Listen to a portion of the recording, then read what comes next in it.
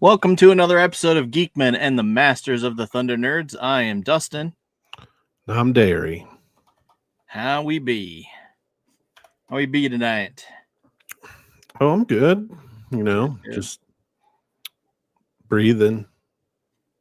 That's all I hope for. Yeah, it's really all any of us can hope for anymore. Really. But anyway, this is our podcast. This is ADHD Theater. We usually get together, talk about two movies that we had previously assigned the previous week, I should say. And so tonight we will be talking about A Merry Friggin' Christmas and Gremlins 2, which is The Christmas new batch. adjacent. Yes, Yeah, the new batch. The new batch. Yeah.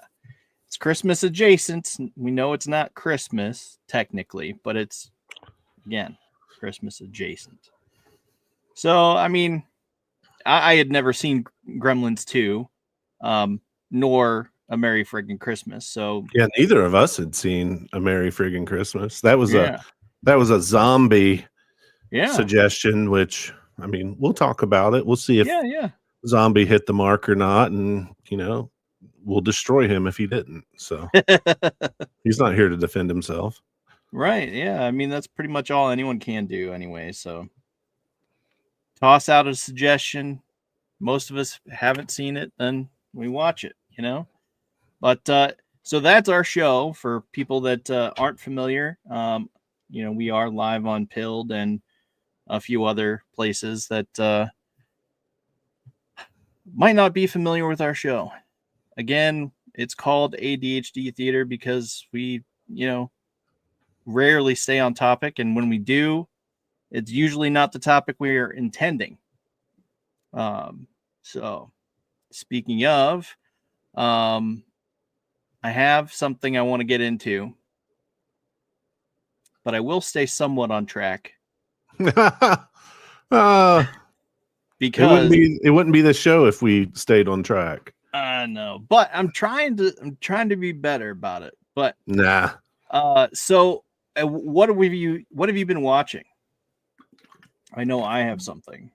So I started the Black Dove show on Netflix. Okay. Keira Knightley, I think it's Wishaw or something. Mm-hmm. I've watched a couple episodes of it. It's pretty good so far. Like it's captured my attention. So I would definitely check it out if you guys are in that kind of stuff. Hey, Mom.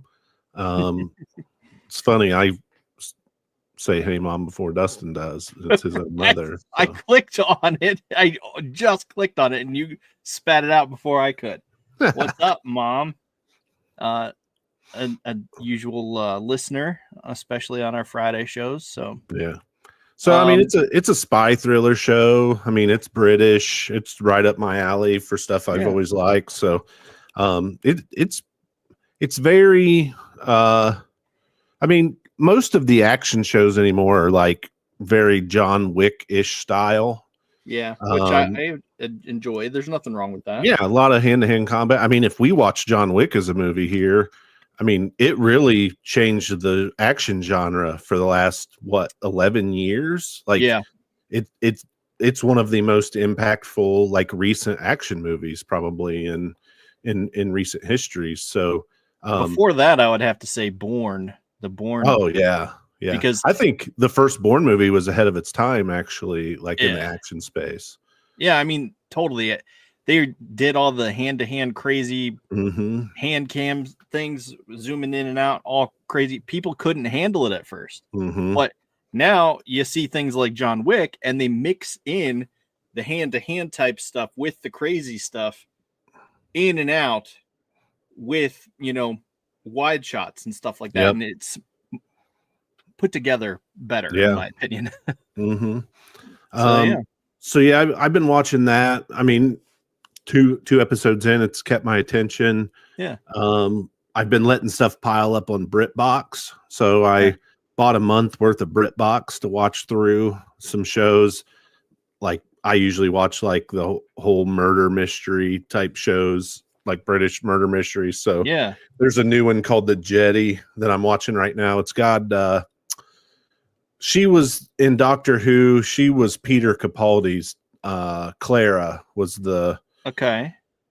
Her name in Doctor Who. I'm literally just spacing her real name right now. Yeah. She's the small, petite, blonde girl, right?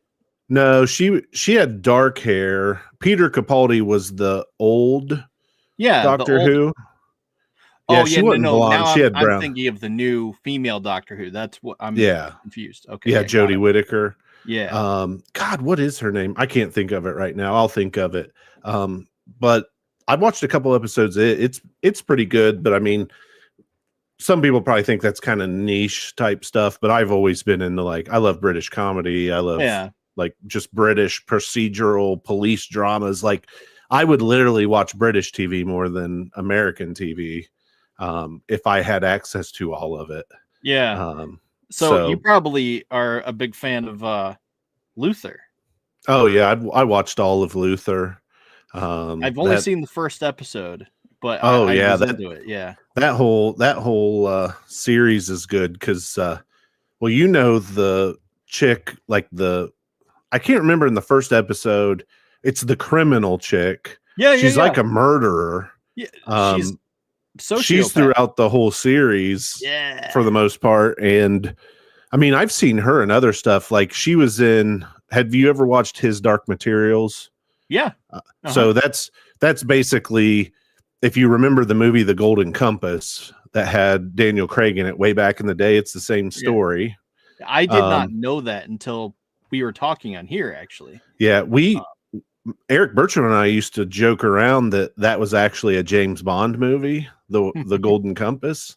It was just the new James Bond that was coming out, and it had like a polar bear in it, like armored polar bear and shit. Yeah. But yeah, so she was in that. Like that lady has been in so many different shows and stuff, but really isn't like well known or anything as an actress, but she's good in everything that she's in. I watched her in a show called like The Woman in Behind the Walls or The Woman in the Walls or something. It's I think a Irish, like it's not murder mystery, but kind of, it's a thriller show. Yeah. And it was a really good show, and she was the star in it. And but she doesn't, I mean, she's not like well known, doesn't get a lot of credit or any of this stuff, but is a great actress. Yeah, agreed.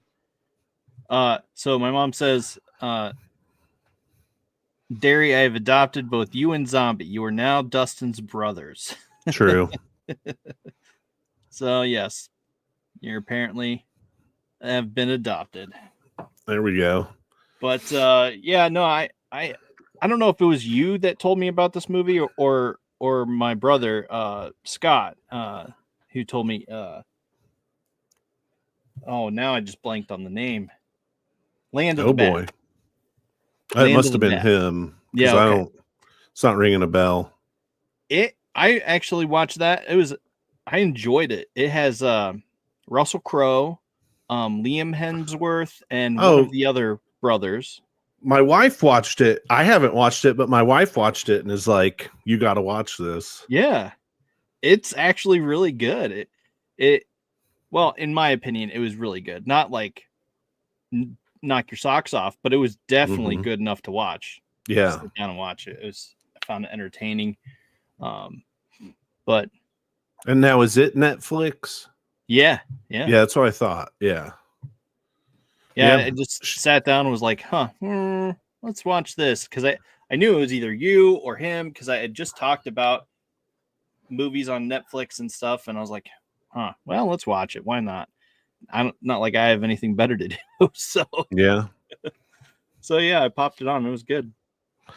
Yeah, I'm trying to think. I don't think we've really dove into anything else in the last week.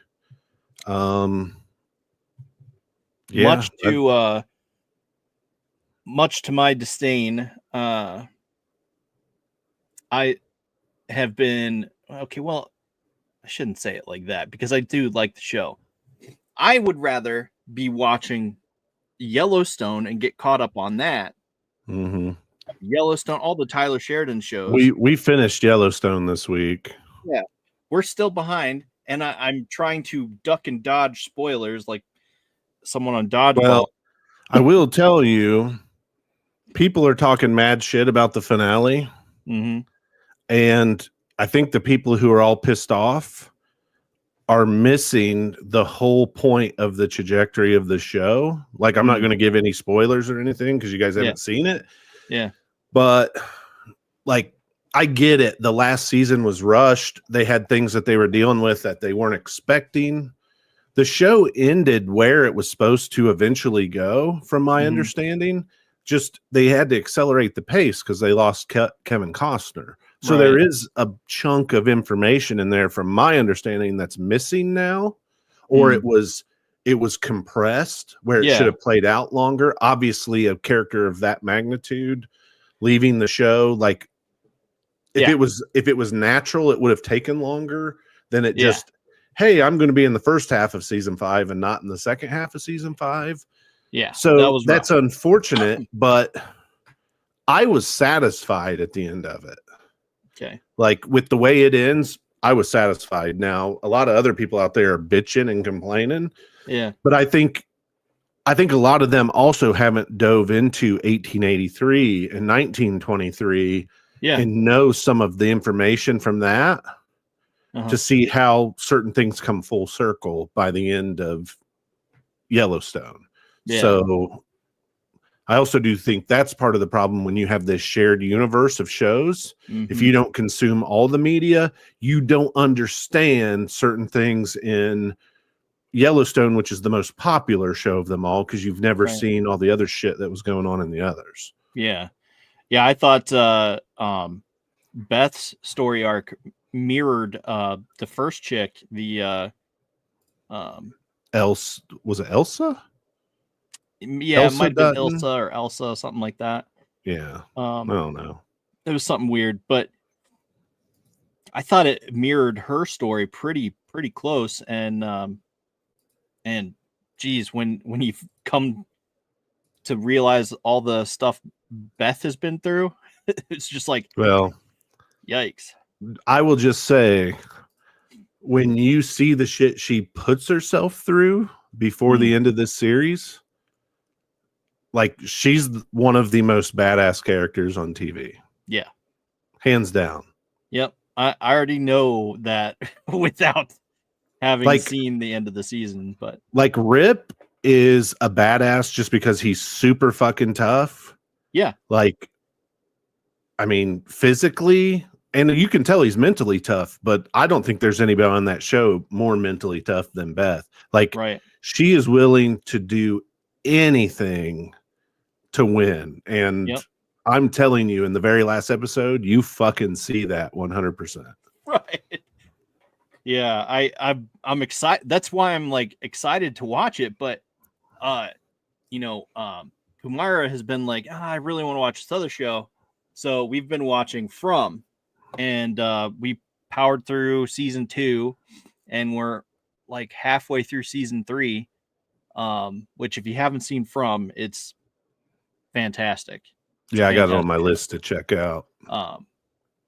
So we're halfway through season 3, and it's like, okay, yeah, this is definitely worth it just to continuously pound through it. It's like, now it's like I want to watch the next episode, but Pumar's not home, she's at work, and it's like, I want to watch the next episode. But I wait, obviously. But yeah, so we have 1883 is coming back soon. 1923. Yes. 1883 is one and done. Yeah. Yes, right. 19. Yeah, whatever. that preview looks real good. Yeah. I mean, if they unleash Spencer Dutton the way he could be, I mean, there's going to be a fucking war going on. So yeah. Hey, Jess. Yeah, I totally agree, and I see the arc as it's coming up, and it's like, ooh, man, when he hits landfall, he's gonna just tear through everyone. It's Well, like, my thing is it took so like the first season, like I anticipated him getting there the whole season. yeah. And then they didn't make it there by the end of the season. I was like, God damn it, now I gotta wait for season 2 to see this. But it's such a big deal. Right. Him getting there and just knowing what his character is and what he's capable of, that it's totally worth it. But Oh yeah. I think they should have had him get there and then start at least do one scene of something going down and leave it on a major cliffhanger. Like, I didn't like that he never made it to Montana in that first season. Yeah, I was a little disappointed with that as well, but you know, it's been, I don't know, a year or so since they ended, and it's like, yeah, it's been more than a year. I can see why they didn't, and why they threw that like curveball right in the middle of it. You know, they're on their way back to like the States to get to Montana. I could totally see that why they threw that cluster fuck in there. And, and I don't mind that it was taking them so long, because if you think about that time period, it's going to take a fuck ton of time to go from Africa, right, all the way through this clusterfuck of shit that they're going through to get back home. I just wish that he would have made it home, and it didn't even have to be like an epic like battle scene, but just like turn him loose with a few of this guy's thugs and let him just fucking like demolish them. So it gives you just that little bit of taste of what's to come when the actual war starts. I just think that would have been a better way to end that season. But I mean, I'm also not writing 18 shows at the same fucking time that are all of pretty good quality. So I mean, it's insane. Tyler Sheridan is insane. You know what we need to do? So this is an idea for the future. We need to do a week of this show where we just watch 2 of his movies, because his movies, in my opinion, are some of the best modern Westerns that they've made. Didn't he write the one other show like in Oregon or Montana or what a different show? No, it was a movie. So he's written Wind River, which is Jeremy Renner and Elizabeth Olsen. That movie was awesome. Yeah, I fucking love that movie. Hell or High Water with Chris Pine. And Ben, I'm trying to remember his name. Little blonde-headed dude. They're both in it. That movie, and Jeff Bridges is, I think, the sheriff in it. That movie is great. I'm trying to think what his other ones are. Here, I'll look them up real quick. But he's got some of the best modern Westerns. Yeah. And a lot of people have never seen these movies. Like, it's amazing to me, like, how good of a writer he has been and just flown under the radar until Yellowstone. Right. Some of this stuff was done before Yellowstone. Yeah. Let's see here. Where's his writer credits? Oh, Sicario. He wrote both Sicario movies. I was not aware of that. Makes me want to watch them. Which one's this? Oh, he was a writer on Without Remorse, which is the Michael B. Jordan, Tom Clancy movie that's on Prime. Yeah, that wasn't bad. That was pretty good. That's supposed to set up the Tom Clancy universe for the like fucking, what is that? What's his very first novel that I can't fucking think of the name of right now? All the video games are fucking based on it, and I can't think of it. Mission Impossible, Jack Ryan. No, it's Splinter Cell. No, it's not that one. Rainbow Six. Rainbow Six, yeah. Yeah, okay. Couldn't think of it. So Without Remorse was supposed to set up an extended Rainbow Six universe, because then they would bring in the original Rainbow Six characters as well. So, okay. But yeah, I mean, just Sicario, which is a movie I freaking love. I've never seen it. It sounds amazing. Hell or High Water is a great movie, and Wind River. They're all rated pretty much the same on IMDb. Yeah. So they're at like 7.7 stars, but a lot of times like modern Western type stuff is rated lower because it's not a popular genre anymore, especially for younger people. Yeah. But I mean, that was the whole thing with Kevin Costner's modern Western. Event, New Horizon, or it's just called Horizon. Yeah. Yeah. And that's the way I feel about it. I do think there's stuff they could have done better in that movie to help people process the story better. But you want to talk about a visually stunning movie, go out on, I think it's on Max, watch Horizon. Like, if you want to see like the beauty of the United States, go watch that freaking movie. It is amazing. Like, just how beautiful it is. Yeah. I honestly think, see, I don't know. I'm a big Western fan, so I'm down with all that kind of thing. Well, I'll say more modern Western, because I love the Longmire series to death. I love it so much. I'm telling you right now, people, if you like Longmire and you like, I think it's Robert Taylor is that guy's name that was in that vampire boat movie we watched. Yeah. Go freaking watch, what is it, Property on Netflix. Yeah. Freaking Australian Western show similar to Yellowstone. It's freaking amazing. Yeah, that's one I've been meaning to get to and just haven't had a chance. We have so many shows. It's outrageous how many shows we have. But yep. And I'll still bitch because I don't have anything to watch. Right.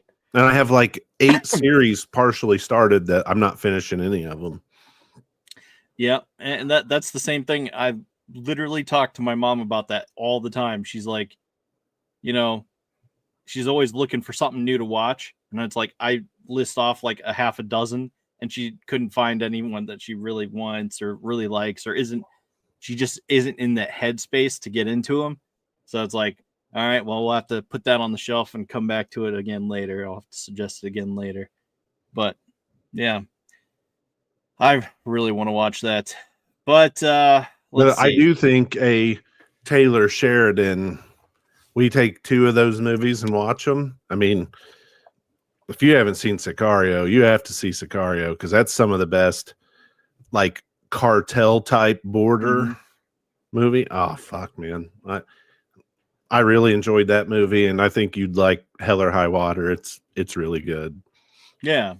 I feel like I've seen Hell or High Water. I'm gonna look it up real quick. Yeah, it's got Chris Pine, Jeff Bridges. Yeah, Jeff Ben Bridges. Foster is the one I couldn't think of his name.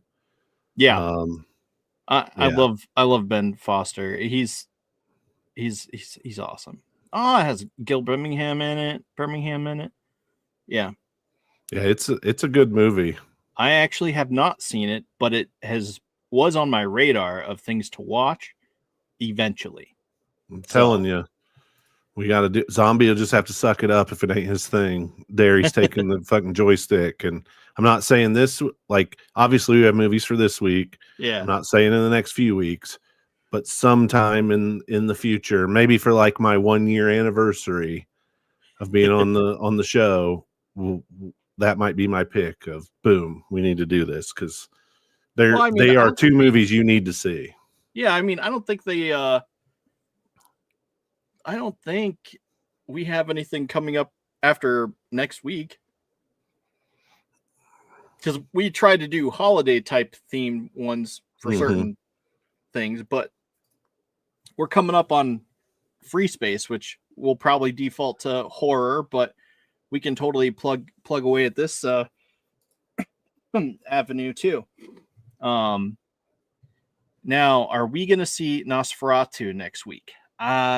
I don't plan on going to the theaters. I do really, really want to see that though. It looks interesting.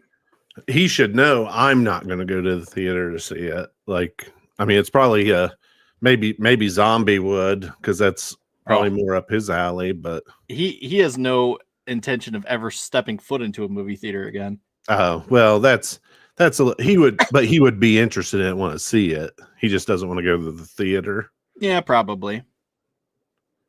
But it's I mean, I don't know if I could swear off the XXX theater. Oh, I'm joking, guys, joking. Don't need anybody canceling. Yeah, I don't know. I think it looks great, a great movie. But yeah, so won't be seeing that. I obviously haven't seen Red 1 yet. That's one I was wanting to see, but hard pass. Why is it a hard pass? Because of The Rock? I mean, there's no want for me to ever just go out and search for it to watch it. Yeah. Well, I mean, yeah, it's on. Well, I mean, it's probably like something up your alley with the family. You guys can watch and enjoy. Where, yeah, I don't know. I probably don't have that kid gene, so like I wouldn't give a shit what my stepkids wanted to watch. It'd be like, we're going to see what the fuck I want to watch at the theater. So, I mean, your stepkids, I'm not supposed to love you. Oh, good grief. All right, so there's some other news. The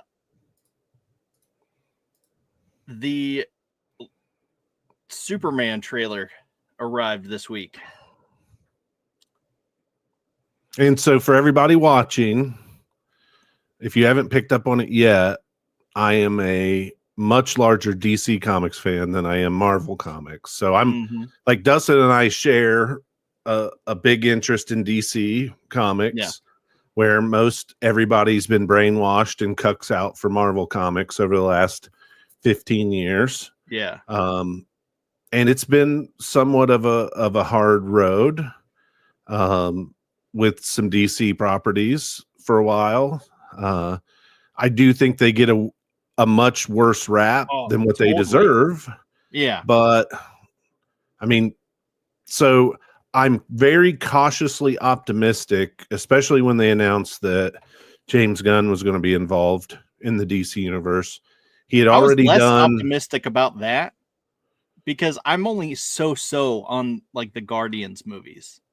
But so I think the first Guardians movie was a great movie. Agreed. I don't feel like because of how quirky it was that it's a great it has a lot of rewatchability, which makes it lose some street cred in my opinion. Yeah. I didn't like the second one. I never even have seen the third one. Yeah, same. I thought the second one was okay, but what was that? But I said I don't care to. Yeah. But James Gunn has actually shown a propensity for being able to step into serious properties. I mean, hell, he's already made a Superman movie, which has gotten critically praised. I mean, Brightburn is in essence a Superman origin story, just with a touch of horror added to it. I mean, obviously he's bad and evil. So, I mean, it had definitely Red Sun vibes. Yeah, exactly. So I know technically he can do it. My biggest concern, my piece of caution was a lot of his stuff is really goofy. Yeah. And I don't want him to overplay the goofy card with the Superman property. That's the biggest thing that I've been worried about up until this part. Now, once I saw the trailer, I feel better about it. Let's watch the trailer real quick. Oh, you want to watch the whole thing? All right. Yeah. I feel let's do it. Let's do it. So let's see. If you guys hear a knock on my desk, you know what it is. All right, so here we go. Hopefully you'll hear it.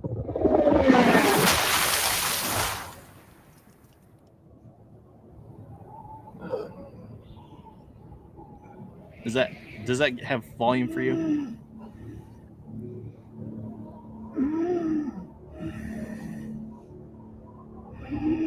And if you haven't watched this yourself, you suck. So, yeah, I honestly don't know.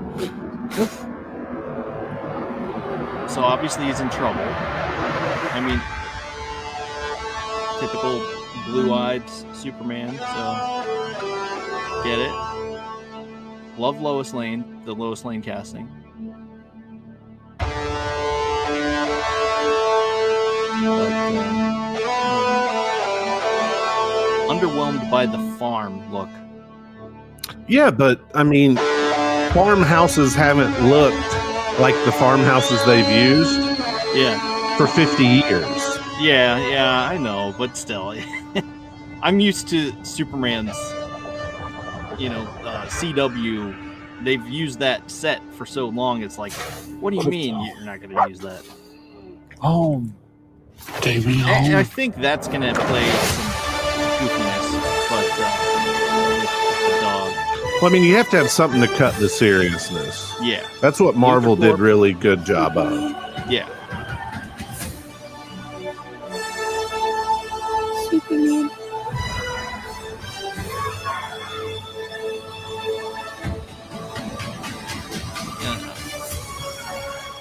Guy Gardner.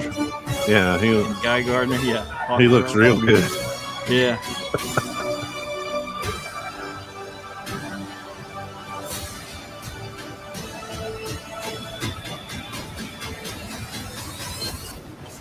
So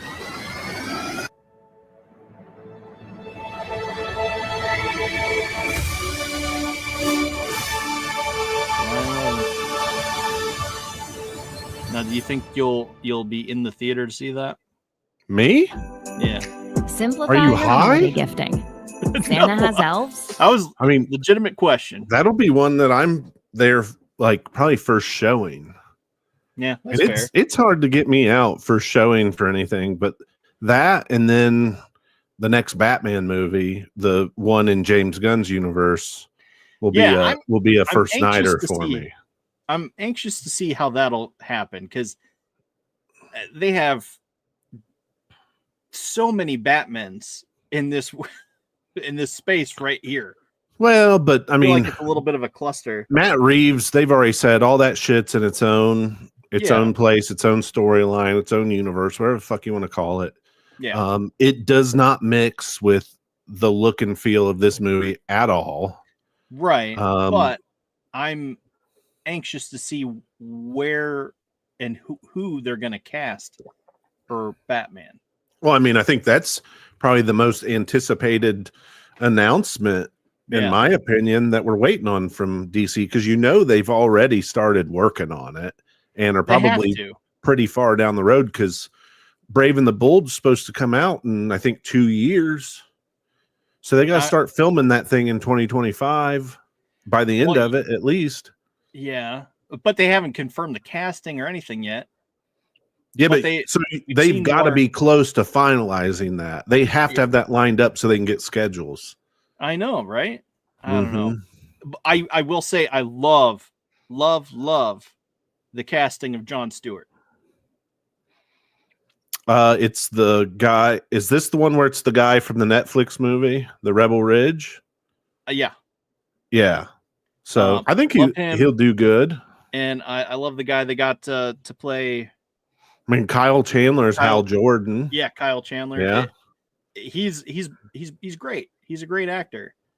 I love him in pretty much everything he's ever been in. So, geez, and this is like he's in Mayor of Kingstown, which is a Taylor Sheridan show. Yeah, yeah, that's true. Well, he's in an episode of Mayor of Kingstown. Right. But this is going back to, he was in a show, like a CBS show.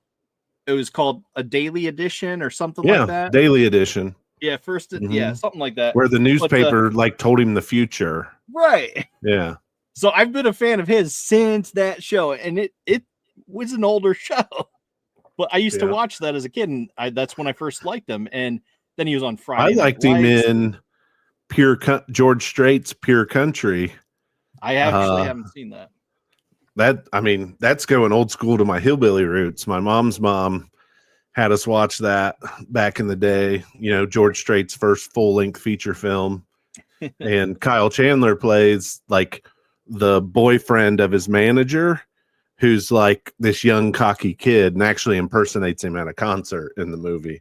Oh. And fucking everything after that, I've liked that Kyle Chandler's been in. I mean, have I liked the properties? No, but he's always played a really good role for the most part. Yeah, so Mr. Terrific is interesting. It's an interesting choice, and I'm anxious to see how they're going to play. I like the casting. He was great in For All Mankind. So yeah, they may. If I get struck, then fuck them. It is what it is. I'm only advertising for you. And I mean, it's only been replayed by almost everyone on the goddamn internet. Everyone's doing reaction videos. I'm just throwing in my 2 cents, which is worthless, but still. So is he up here talking trash? I never saw 28 Days Later in the theater. Yeah, me and him and I lived together in Muncie, Indiana at the time. And one night it got brought up that I had never seen it. And so I think we were high out of our minds, if I remember right. I think he was teaching me and his wife now. I think we were learning to play poker and we were using Cheez-Its. And he's like, hey, you got to watch 28 Days Later. Like, it's a great horror movie. So we put that on. I'm dividing my attention between that and us trying to learn Texas Hold'em. And we're eating Cheez-Its. And there's the scene in 28 Days Later where a zombie bursts through like a glass double door. Like it is a jump scare scene. Fucking high out of my mind, munching on Cheez-Its. I literally probably jumped 3 feet in the air, over the fucking chair, onto the floor. Who knows? I mean, I vaguely remember, I remember this happening, but I don't have the memory that I probably should have because I was inebriated. And it scared the living shit out of me in that moment. It was probably one of the best jump scares in a movie that I've ever had. And every time that fucking movie comes up, he brings it up. So, yeah, I mean, that's one that I want to watch at some point, but I just never. I mean, I liked 28 Days Later. I like 28 Weeks Later because that's the one that has Jeremy Renner in it. Then, in the second one. So, I'll watch the third one. I probably won't go see it in the theater though. Yeah, I'm too much of a recluse. Yeah, I hear that. Evil. So I'm hoping that means she's started to watch Evil because that is also a good show. But any last thoughts about Superman? I'm still in the same boat. Cautiously optimistic. I like that it's more comic-y than what the really deep, heavy. Like, I'm a Zack Snyder fan, I am, but you can only take over time, I think, so much just like deep, dark, heavy, lamenting stuff. Like, that's one thing that Marvel has done really good. You need the comedy, like the little bursts of color to break up the darkness. And so it looks like a DC comic to me. It looks like a Superman comic to me. It's bright and it's warm and it's fun and it's funny at times and all that. So, yeah. Well, if you knew them, you would know, Pam. I'll send them to live with you for a couple weeks, even though they're both adults and one of them doesn't even live here. But yeah, I mean, Yeah, I understand that. It would have been nice to have a full,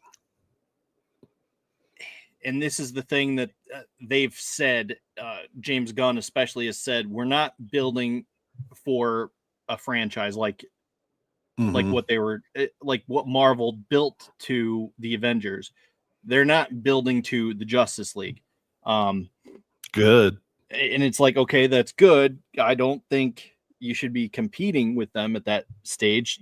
Just make your own thing, but and do that, because these stories are good without all the drama, without all the extra stuff that they put on them. And I'm just anxious to see. I'm hoping it's good. I'm very hopeful. I will always love Henry Cavill. But I think David Cornsweet looks more like Superman than Henry Cavill did. Like, I think he fits the bill from a lot of the comics I read. I mean, there's comics out there where Superman is just muscled out. Like, he's like Arnold fucking Schwarzenegger. Yeah. Like, I get that. But a lot of the storylines I read, he doesn't need muscles. Like, he's powered by the sun. And so he was a lot slimmer. He was in great shape. Like, don't get me wrong. He probably had the body of a Greek god underneath a suit. But there was always just something about Cavill to me that, first of all, him and Ben Affleck wanted to be as big as they could be, like compete with each other. They didn't necessarily need to do that. But then second of all, I don't think Henry Cavill has the range that this actor does. Like, I think David Cornsweet, looking at the few properties that I've seen him in, he's relatively new. Yeah. I think he is Twisters. I think he's got better range than he was in We Own the City, which is about Baltimore. It was John Barenthal was the main actor in it. He was a cop in that. There's been a couple other movies that I've seen. I can't remember the names of them right now. Yeah. But I think he's better at playing multiple types of characters, where Cavill really is a action superstar. Okay. Yeah. I mean, I wouldn't argue with that, but I don't know. Regardless, I think Cavill is awesome. I love Cavill. I loved the movies that people don't give them credit for. Like, I actually thought Justice League wasn't bad, especially the extended cut. Well, I mean, the only Justice League that I want to see is the Snyder cut. You can take that Josh Whedon shit and fucking take a shit on it and burn it in a trash can somewhere. Throw it in the garbage. But oh, dude, I don't know. So that will always hold a special place in my heart for me. Man of Steel is my Superman. But all that said, I'm also a Superman fan. If you couldn't tell over my shoulder here, I'm a Superman fan. So I'm anxious to see it, and I'm hoping it's good and lives up to it. I mean, I'm a bigger Batman fan than I'll ever be a Superman fan. But don't get me wrong, Superman's probably number 3 out of superheroes for me, because it's Batman, then Wolverine, like 100%. Man, yeah. And then probably Superman's 3rd for me. But my thing is I don't think I ever adopted Henry Cavill as my Superman, because I definitely grew up with Christopher Reeves as Superman. Like, because my brothers were older than me, and those were the Superman movies that they were obsessed with. Yeah. So, like, in my brain, Superman's always been Christopher Reeves. Now, that doesn't mean that I won't buy into other actors being Superman, because, I mean, I've loved a ton of the Superman properties. I mean, even like Smallville. Lois and Clark. Yeah. Smallville. Superman and Lois. Oh, man. Yeah. Tyler Hoechlin did fantastic. I still got to go back really and watch the last season of it. Yeah. I mean, it's definitely worth it. And oh my goodness gracious, the doomsday that they managed to do in that silly CW show was, it's not perfect. It's not quite true to the story. However, it is the closest physical representation to doomsday that we've ever had. So I don't think anybody will ever touch any story that they put together unless it follows the death and life of Superman perfectly. Yeah. Anybody will ever knock Doomsday out of the park for me. Yeah. Now they might get a triple, but they ain't smacking no fucking home run unless I get to see the reign of Superman, like all that shit. They can do Doomsday all they want. It ain't gonna fucking matter. Right. Well, and this actually sort of did. They didn't quite have Doomsday fleshed out. They adapted a character that was in their world that they had been working with into Doomsday, which was frustrating, but was okay because you're still seeing Steel. And which Steel was in it before I even stopped watching. Right. Yeah. And so it's like just having Steel in it was nice for me because it's like, okay, that was fun. But I mean, I want the full blown. I want Eradicator. I want Superboy. Like Superboy. I want Terminator Cyborg. I don't want Victor or whatever the fuck his name is. Cyborg. I want Terminator Cyborg. Yeah. All right. So it was the closest it could be without actually getting there. Yeah. So again, I prefer, my Death of Superman comic. So that's like my Bible, essentially. No sacrilege intended. Well, I mean, but still, the novel, like I couldn't tell you how many times I've read the Death and Life of Superman novel. Dennis O'Neil. That thing's probably got freaking like chocolate smears on it from when I was a kid reading it, like eating candy and stuff. Yeah.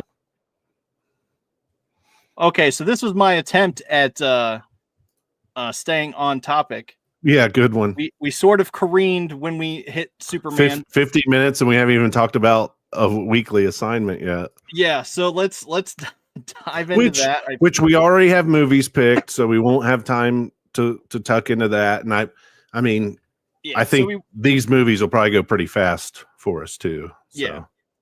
Yeah. So let's see. Let's see. Let's get into a Merry Friggin' Christmas. That way we can come back to Gremlins. I imagine we'll pound out Gremlins too, but a Merry Friggin' Christmas. What did you think?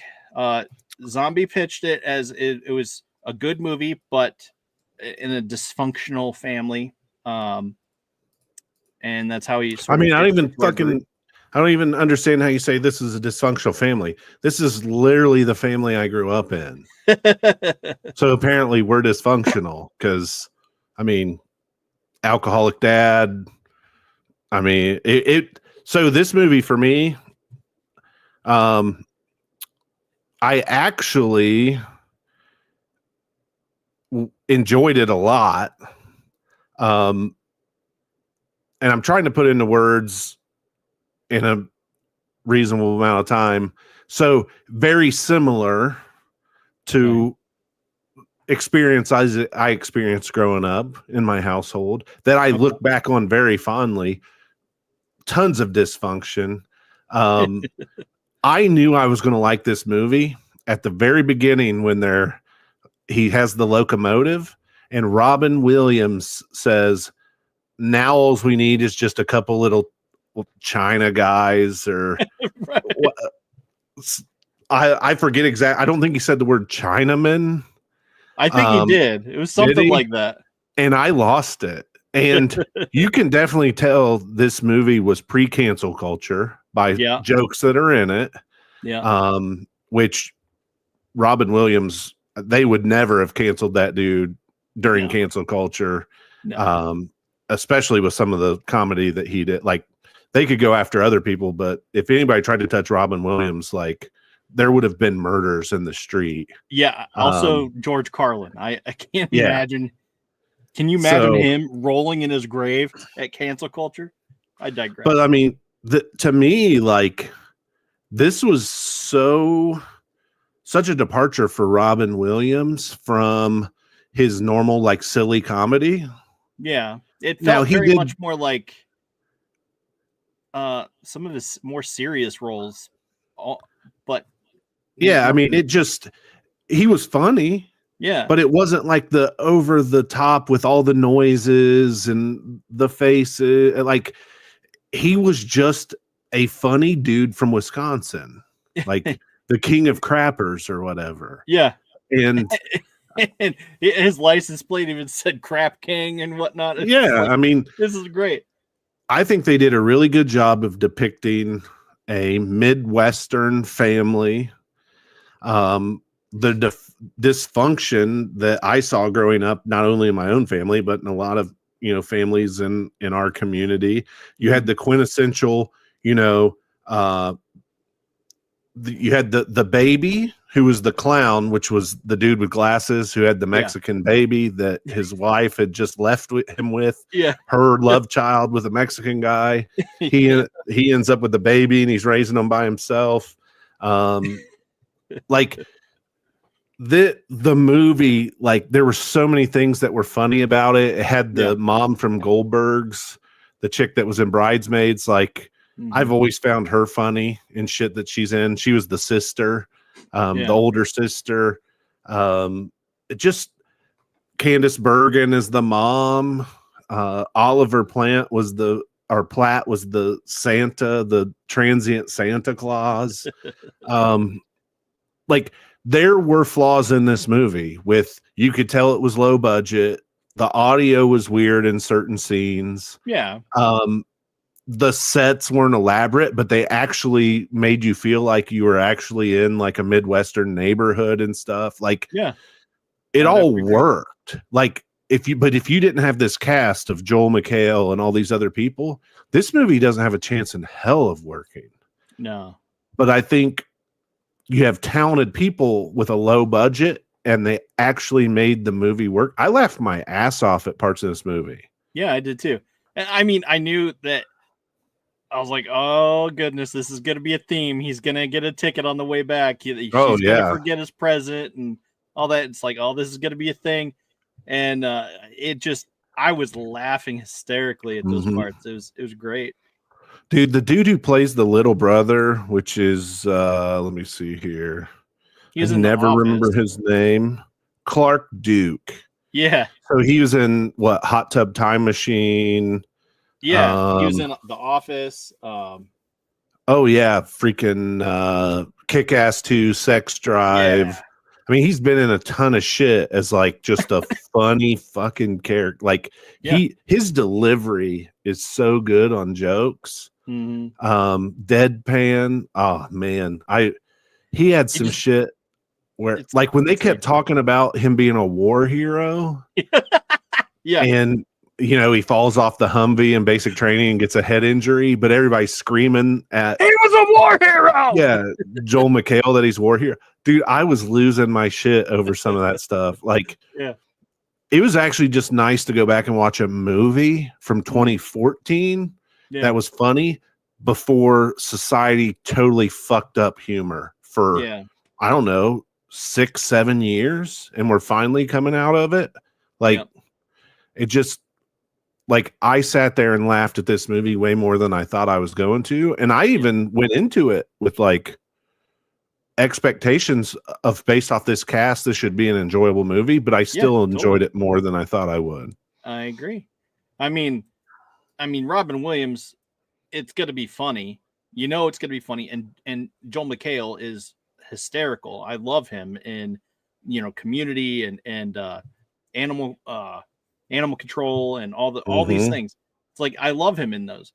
But it was still funnier than I thought it would be. Yeah. Hell, I used to laugh my ass off at Joel McHale back when he was on Talk Soup. Yeah. Like before he ever even got into like acting parts and shit. Like I always thought he was funny as hell. Yeah. But yeah, I mean, literally, like I was sitting here fucking just I was playing Farm Simulator while I was watching it. And literally at one point, like I looked over and Eric Bertram's probably going to be pissed off at me, but I had let like 45 minutes pass in game. And because we play on the same server, I had just let 45 minutes pass. I hadn't done shit for 45 minutes. So he'll probably be like, what the fuck, man? You're supposed to be cutting down trees and getting them to the lumber yard. So Zombie pipes in and says he's tuning in. Glad to hear that he didn't pick a dud this time. He laughed his ass off at that movie as well. I mean, it had its flaws from like a cinematic perspective, but I can overlook all that shit with good jokes and a good cast. Yeah. I think it would not have been as success, in my opinion, if the jokes weren't there and they didn't hit. And it would have just ended up being lackluster. But I don't know. I do think one of the things is so you give people material, you write jokes for these people, but you're giving these jokes who maybe the jokes aren't that strong because this wasn't a high budget comedy. This was a $5 million budget for this movie. And literally you're handing material to people, but someone like Robin Williams, Joel McHale, Clark Duke, these guys can deliver, like they know exactly the timing, like the mannerisms, the body language, everything to make those jokes fucking a lot funnier than just the average person could.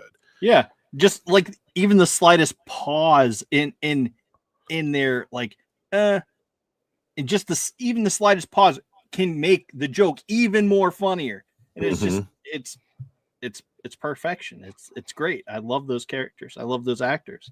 Yeah. So. This one to me, like this will be something that stays on a Christmas playlist for me. Like if I want to, like, this is something I can put in front of the family and just laugh my ass off. Yeah.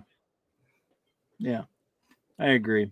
It probably won't be on a Christmas playlist, but it's one I won't hesitate to watch. You know, I mean, it's got rewatchability. Oh, like, totally. Yeah. I mean, yeah, it's something that I would, if it's on again, I mean, I'll recommend it to people. That's saying something, because I don't like recommending shit to people and then them be like, oh, that wasn't that good. But this will be one I'll be like, well, if you don't like it, you're fucking stupid. Right. I mean, I think that's exactly right. But I don't know. Anyway, let's move on to. Oh, we gotta rate it though on stars. Yeah, you're right. On Do Stars. Baja Blast Do Stars. Baja Blast. Let's go. How do you rate it? I mean, for this one, I would probably say, as much as I enjoyed it at the end of it, I probably would have been like, 4 stars. I really think it's a 3.5 star movie. It's very good. Yeah. I enjoyed the shit out of it. I mean, if you think about it, 3.5 is a pretty good rating for a movie. Like, you're gonna watch it more than once, any of that stuff. Yeah. But I laughed my fucking ass off. Right. So, I mean, I would probably say at the end of the day, I would rate it 4 stars just because the amount that I enjoyed it in my first watch of it. Does it stay, in my opinion, that high over time? Maybe not. Yeah. But it was fucking fun. Yeah. And sounds like Zombie's going to give it 4 stars as well. And I think I will round it out at the same, like 3.5 to 4, like you were saying. Because I mean, go ahead. I probably will watch it, especially if it ever is on a service other than Tubi. Because holy crap, those commercials are such a buzzkill. Mine skipped past the commercials. Mine didn't. I didn't watch a single fucking commercial during that movie. It skipped past them every time.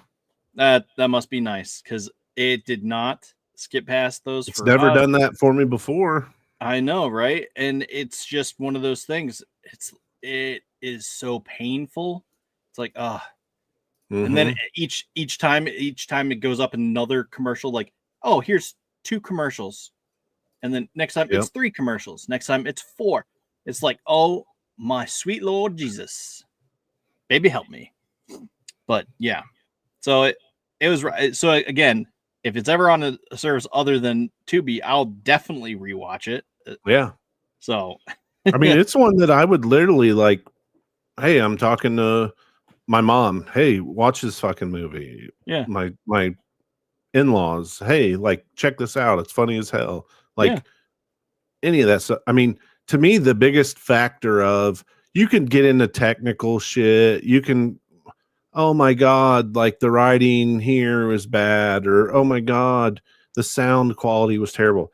But at the end of the day, to me, it's all about enjoyment. Did I enjoy it? Did I not enjoy it? Like, that's the biggest factor I rate on. And then after that is all the other little minutia bullshit. And I mean, it's just fun as shit to watch. Yeah, agreed. It was. I don't know what Kumara would have rated it, but I'm sure she probably would be in the same general area as I did, because I know she was laughing. So, but so Gremlins 2. Let's talk about that for a minute. I'll let you start with this one, because this is one I've seen this movie I've seen it every bit as many times as the first one. Yeah. And that's at least average once a year my entire life. So I've at least seen it 41 times. Well, okay. So I would say first things first, I was pleasantly surprised when the cast had returned, because so many sequels don't have the original cast return. They'll take like a side character and make them like the new main character. Yeah. It's abysmal in my opinion when they don't come through and stick it out. So that made it immediately more enjoyable. I was like, I recognize her. She's from the first one. I remember her. But the other thing I was pleasantly surprised about was the name I saw scrolling on the screen, and John Glover. And I'm like, holy crap, John Glover's in this? Which I loved him in Smallville, and I know he's been in other things. But Lionel Luthor. Oh man, I was like, holy crap, he looks so young. So when I first started watching Smallville, it bothered me for the entire first season of, where have I seen this guy before? Where have I seen this guy before? And then I remember I watched, just by chance, Gremlins 2, like sometime between season 1 and season 2. And when I saw him as Clamp, I was like, you're fucking kidding me, right? Like, and dude, I like that dude. He plays the perfect part in this movie. Yeah. Oh, Darth Bernie says Damn. 1 was my first theatrical experience. Mine was Teenage Mutant Ninja Turtles. I'm trying to think if I even know what my first one was. I mean, because I saw Turtles in the theater, but I'd seen shit before that.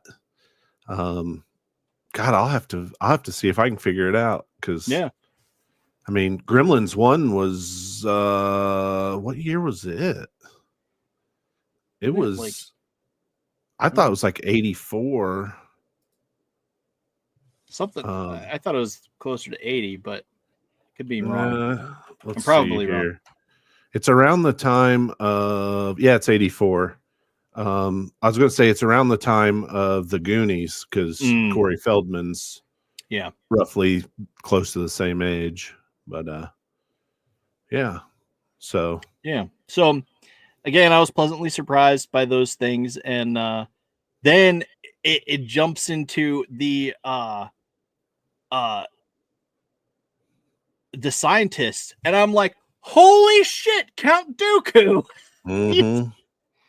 Yes, Sir Christopher Lee. Sir Christopher is in it. It's just like, what? I mean, dude was a Nazi hunter. Right. I mean, if you look at his resume, all the shit he did in his life, it's crazy. And the motherfuckers in Gremlins too. Right. So I was immediately taken back by that. I was just like, oh my God, that is insane. So I was like, okay, yeah, let's keep watching. So you said last week you wanted to know what which one was my favorite gremlin in this entire movie. We're talking Gremlin, not Mogwai. Well, they transform, right? Just to give you a hint, it turns out to be it is a Mogwai in the movie too. Okay. So it's one of the original 4 that split off of Gizmo at the beginning. So was it? I mean, there's tons of Gremlins, the variations of Gremlins that I love. But yeah, was it like the dumb idiot Ed like type guy? No, it's like, well, there's 2 dumb ones. There's the bucktooth one. Yeah. And then there's the one whose eyes the one that the chick brought back. That rolls his eyes around. Yeah. Oh yeah. That thing. I laugh so hard just when it's giggling and its eyes are rolling around. Yeah. Oh my God. And then he comes back as a gremlin, and you see him as a gremlin, and it's just like, oh, and he still has this crazy eyes. Oh yeah. But my second thought was going to be that what Zombie said was the brain guy, where he's all intellectual and he starts having the intellectual speech because has like this weird Australian accent, but like kind of British. So one thing that got me with the brain was when they're doing the interview with him and they're asking him what they want.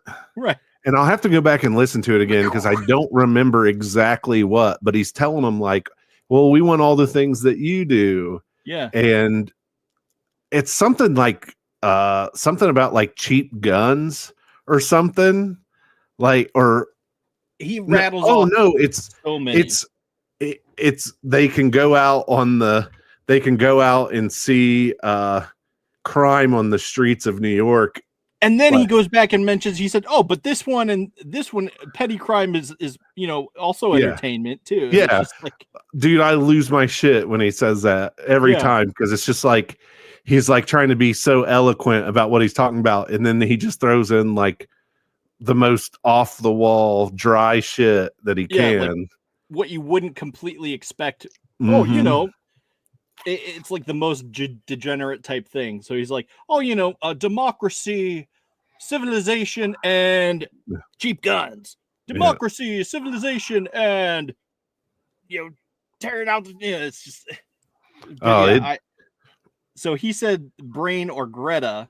So I'm guessing that's like the cross-dressing whatever chick. But chick. I don't think it is cross-dressing because it was a.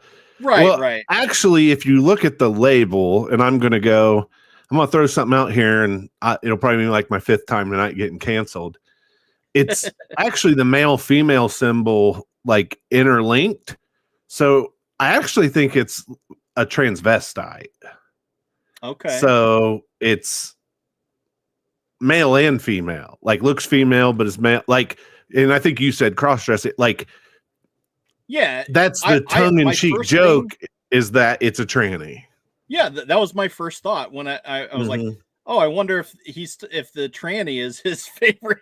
But then I was trying to come up with a better way to phrase that. Yeah, so like when my wife or somebody will be like giggling at me like hysterically at my expense, I'll be like, "Shut the fuck up, goofy gremlin." And they'll be like, what? And I'll be like, Google Goofy Gremlin. And if you Google it, YouTube will pop up the scene of that fucking Mogwai with its eyes spinning around. Yeah. And I always tell people that's what they look like. Like, and it usually shuts them the fuck down. Like they don't want to laugh at all the rest of the night because all they can think about is that goofy ass gremlin, the way it looks. Right. So yeah, that thing, I lose it every fucking time.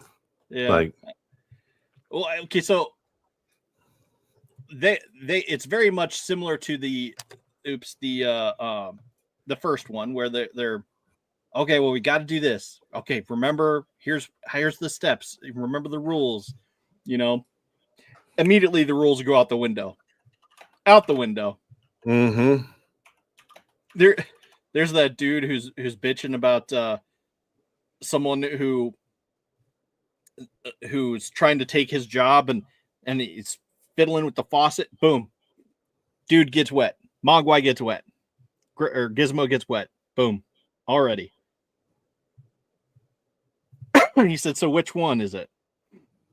I thought he said it was the goofy gremlin. Yeah, my favorite is it's the Mogwai. Yeah. That his eyes spin around and everything. I call them all gremlins. I should have probably said Mogwai, but then you had a much narrower window to pick from too. So yeah. But I mean, there's not a fucking gremlin in this one I don't like. Honestly. There are. It's every time something else came up, I was just like, I wonder if he likes this one. I wonder if he likes that one. And so it was intriguing. One of my favorite scenes is when they're going to get the assault weapons and Mohawk gets the Uzi and he starts shooting.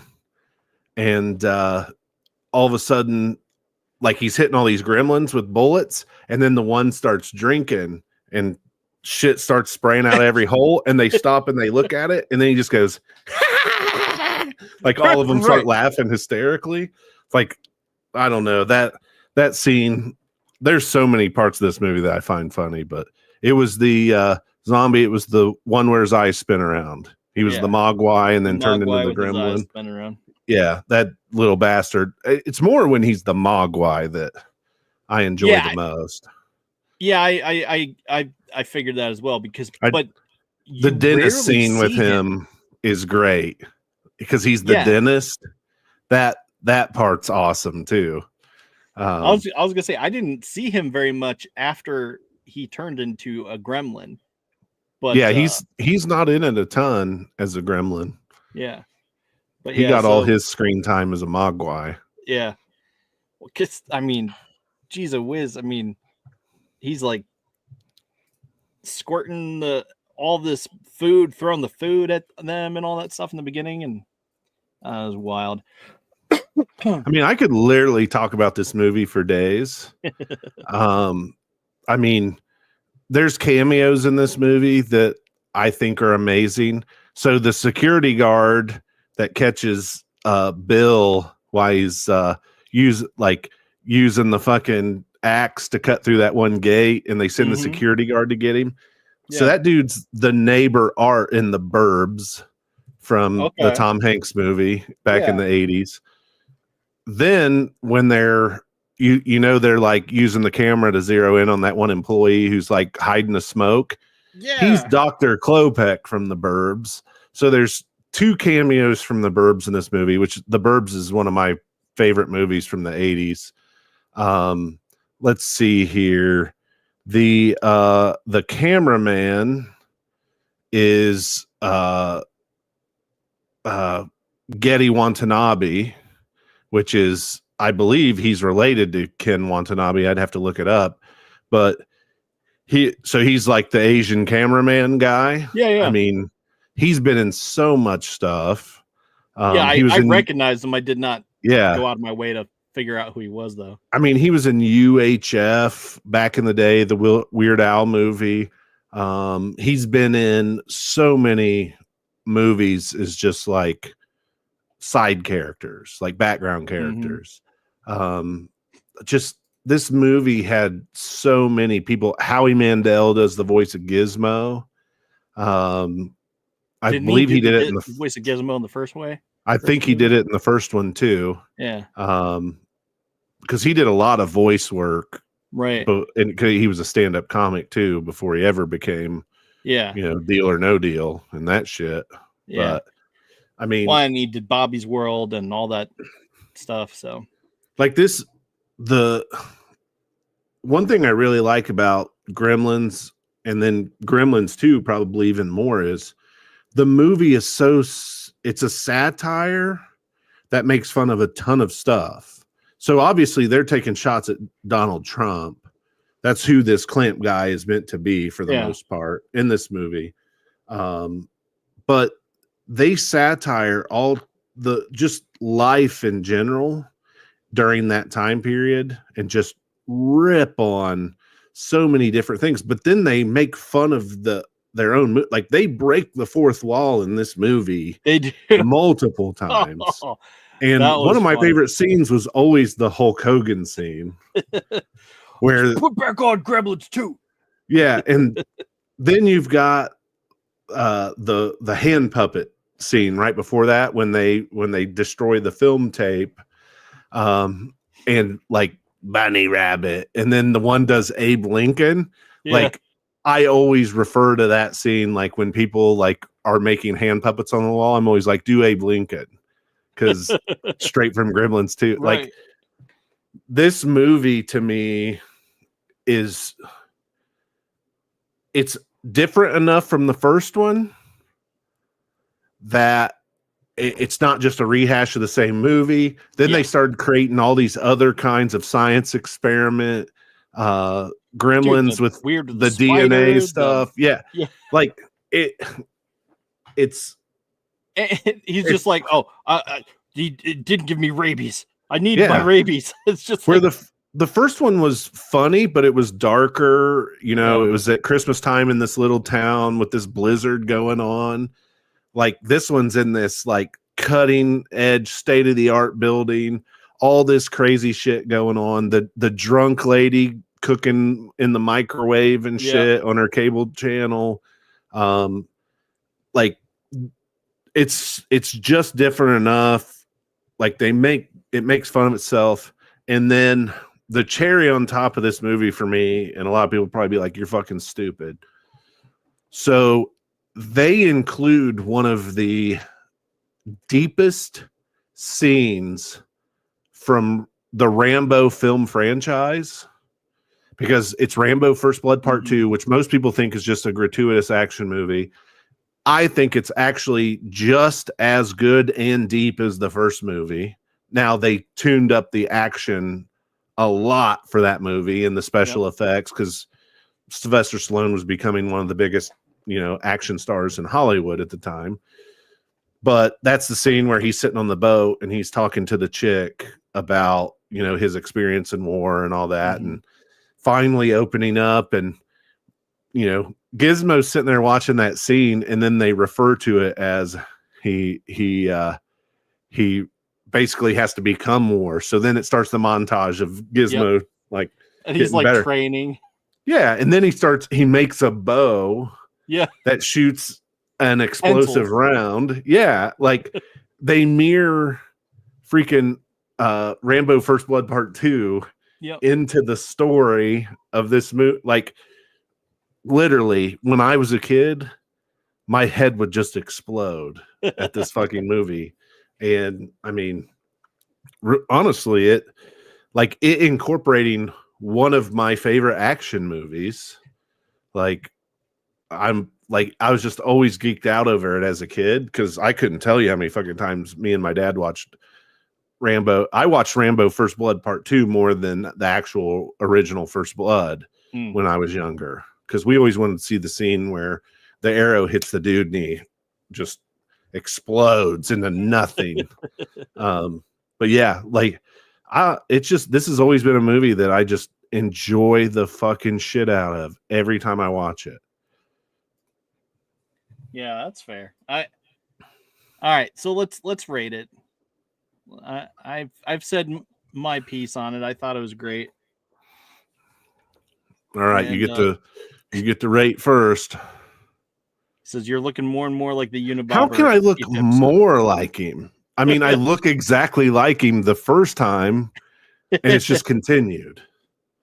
I thought, didn't he have a gray hoodie? Oh yeah, I mean, well, it's a black and white drawing, so it kind of gives the impression of being gray. I'll tell you what. Before we rate this sumbitch, there is a series. I think it's on Netflix. It's about the Unabomber, but Paul Bettany plays the Unabomber in it. And it's more about like what transpires when he goes to prison, because he writes that big manifesto. Well, then he chooses to represent himself in court. Okay. Theodore Kaczynski, but Paul Bettany plays him, and Sam Worthington plays the agent who captures him, who like tracks him down and captures him. It is an amazing like miniseries. And it really meant like Ted Kaczynski almost got himself off of all charges. Like he is a genius. And he did one hell of a job of representing himself like in court to the point where he could have maybe been let go after bombing people over years. But we do not condone the actions of the Unabomber or support that type of behavior. No, definitely not. But I had a thought. It looks like Zombie looked it up that Howie Mandel was not the voice the first time around. So okay. I thought, but oh well. I mean, you probably could have got somebody like a homeless dude and paid him $5 and just said, "You got to do Mogwai." Right. Ooh. Like this is all you have to do. Like they drove around New York till they found the dude already making that noise. Right. Hey, you! I like that. I like that tune you're humming. Come hum it in this microphone. This is what a Mogwai sounds like. All right. So here we go. Zombie says 1, 2, 3, 4. Okay, so Zombie says 4 stars. And I'm gonna go.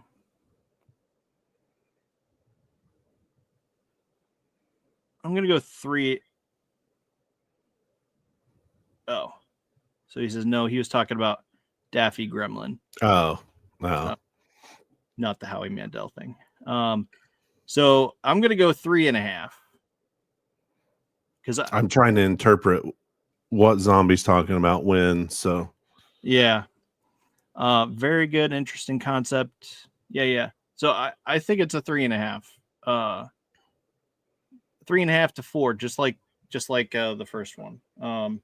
Because I imagine wanting to watch this one over again just because of the cast alone. Yeah, because there was so much stuff that was going on in the background while they were like the story was progressing.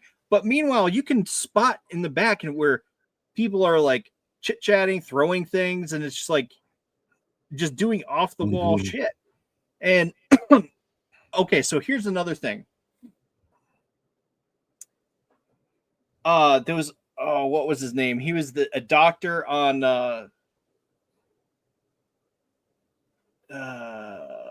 Voyager. He was a doctor on Voyager, and he was like this android robot thing, and he was the one that kept saying, "Oh, this is not good management. This management has failed," or something like that. And he was the doctor, essentially. Well, no, he wasn't a doctor in this. He was the doctor on the Star Trek Voyager. Yes. Yeah, he's the asshole in this. Yeah, exactly. And so he is basically trapped. The entire thing, like the entire building's closed off, and they've just sort of entrapped all of the gremlins and stuff in there. And meanwhile, the tranny gremlin is like in a wedding dress, and she's like making all these weird noises at him, like, and it's like, it just sort of felt like right at the end, he's just like, oh, well, it is what it is. Like, he just sort of throws up his hands. He accepts his fate. Right. He just accepts his fate. Like, all right, this is my life now. I'm going to marry this gremlin guy or girl or whatever it is. Yeah. So it just seemed like that. I was like, so the movie clicks off and it immediately pulls up, suggestions for the next things. And I'm still sitting there going like, wait a minute. Did he really just shrug and accept his fate instead of running away or trying to get away? from this gremlin. Did he actually like that? Like, that's what's going through my mind at that moment. I was like, wait, what? Yeah, I like this one just as much as the first one. Like, they're on equal footing with me. So I would rate both of them 4 stars in my book. These are movies that I've watched countless times over and over and over.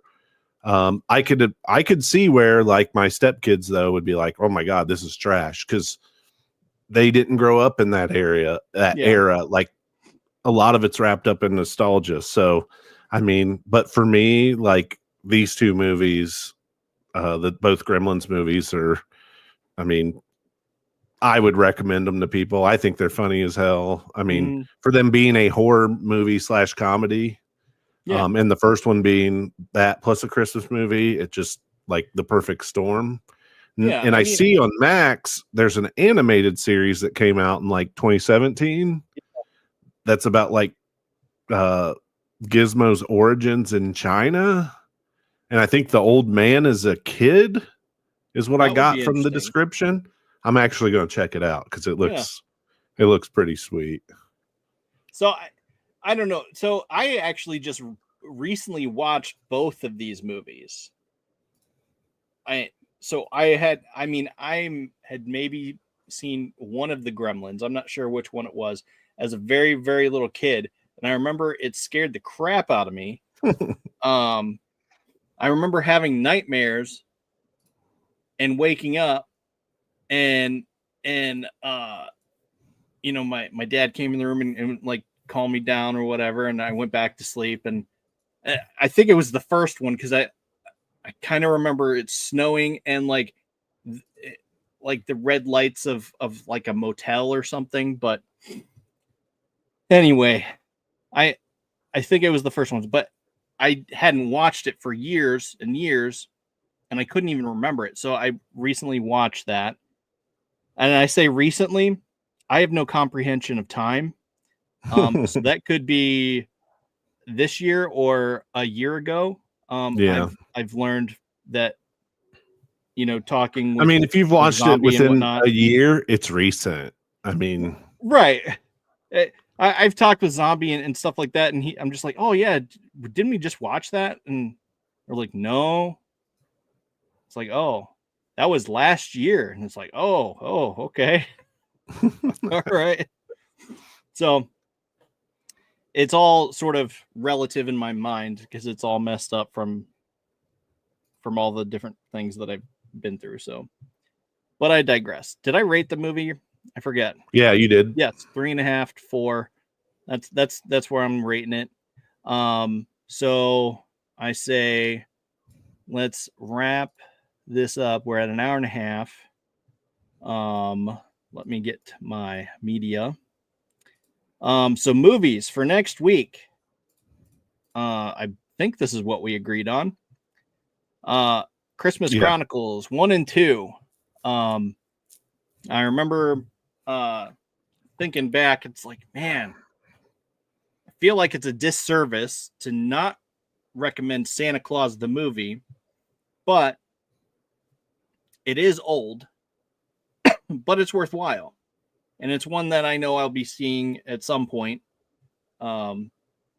Just take our word for it. Watch it. Yeah. It's on Tubi. Just watch it. Yeah, for real. Just watch it. And but also watch these movies. Christmas Chronicles 1 and 2. That's what we'll be watching for next week.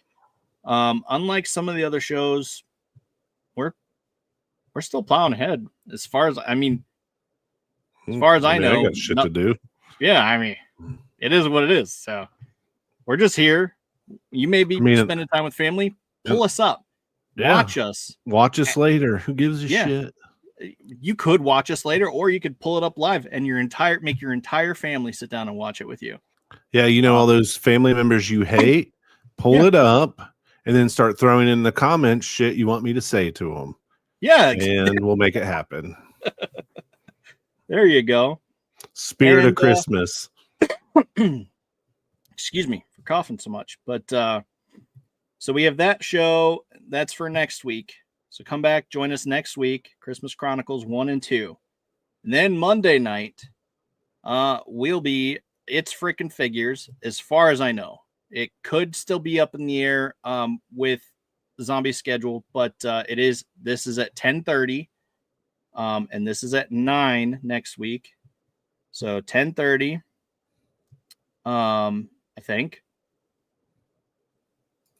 I'll have to confirm that, but it'll be in my posts. In addition to that, we have a very special guest, a returning guest. Okay. So let's ask Zombie. Zombie, do you want to do it at 10:30 or 8? Because you were saying you can be free earlier. So that's my question to him. In the first movie, when Stripe walks to the street light of the pool scene and on, made that scared the crap out of me. Okay, yeah. So it was probably that same scene. 8. Okay. All right. So join us at 8 for It's Frickin' Figures. Then the week after this, on the 30th, we'll have a special guest. And if I can click back to the thing that I can click. Okay. Where's the thing? Sorry. I'm all discombobulated. On the 30th, we'll be having Corn Boy. We'll be back in the studio hanging out with us. Well, not in the studio, in his space, and we'll be hanging out, talking toys. And we're going to try to get some Secrets of the Dragon up in here. I mean, they already posted. Do you or Zombie even speak Muncie, Indiana? Do I need to come and be a translator? Right? I don't know.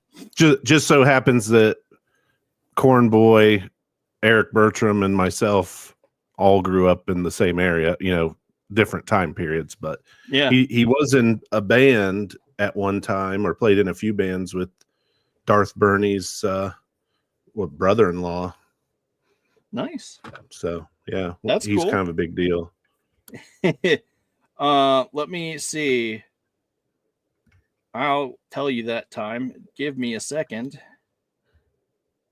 We were just talking about it. Would it be the more the merrier, or the more the derrier? Yeah, the more the derrier. Where did that conversation go?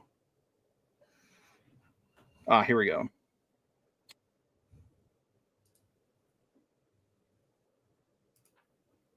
Okay, so 9 for the 30th.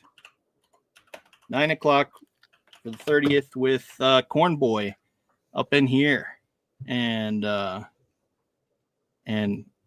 Zombie says the more the merrier, dairy. Yeah, the more the derrier. Yeah, I agree. The more the derrier. So